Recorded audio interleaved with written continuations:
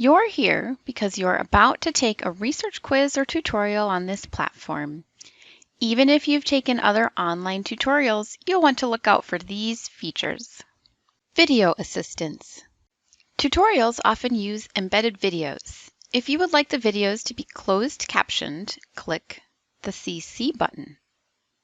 If you would like to be able to review the video with text and images, look for the read-along document that should be linked somewhere close by.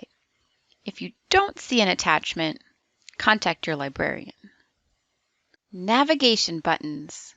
The navigation buttons let you move around within the tutorial. You can always go back to review. You can skip ahead only if it isn't required to complete the tutorial in order. You'll know because the options will be black, not gray. Dealing with embedded websites.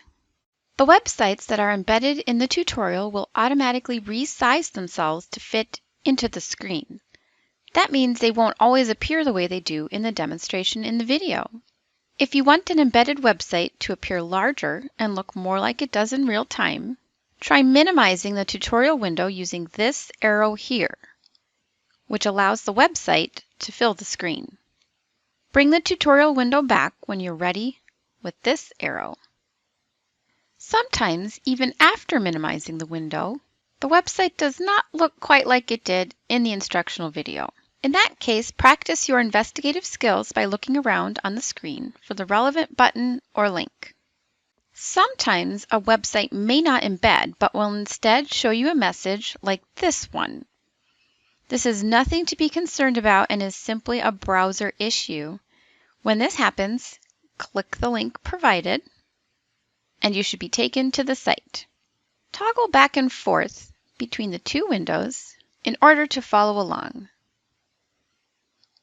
Recommendations for completion. We recommend completing this tutorial or quiz on a laptop or computer while on campus. If it is not possible to use a laptop or computer, you will need to look out for how embedded media will be modified even more in order to fit on the smaller screen of a tablet or phone. If it is not possible to be on campus, look out for when you are asked to log in for off-campus access, or you have to click a link when the media isn't embedded. You can always send your librarian any questions or issues. The librarians are committed to making your learning experience as accessible as possible.